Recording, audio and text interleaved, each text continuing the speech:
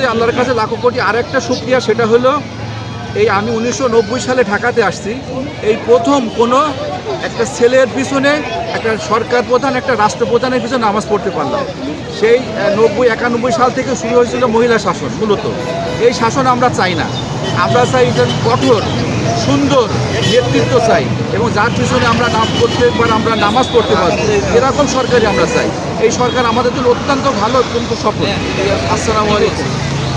এইবার ঈদগায় আমরা এমনি তোমার ইয়েতে আমরা কি বললাম মসজিদে পড়ি, মসজিদে আমরা পড়ি। এইবারই আল্লাহর ইচ্ছায় খুব অনেক ইয়ে করে যেটার নতুন নিয়ে একটা নতুনত্বের আমরা স্বাদ পেয়েছি ইনশাআল্লাহ। এই একটা মাস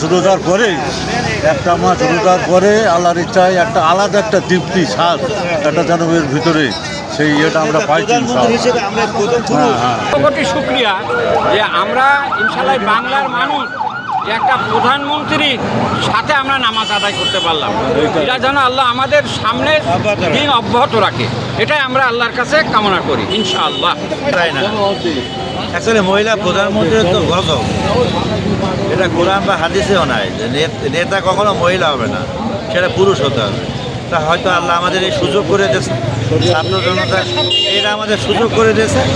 এই সুযোগটাকে আমরা হাতছাড়া করতে চাই না, বা কারো হাতছাড়া কেউ যেন না করে, সবার ঐক্যবদ্ধ থেকে এটাকে ধরে রাখতে হবে।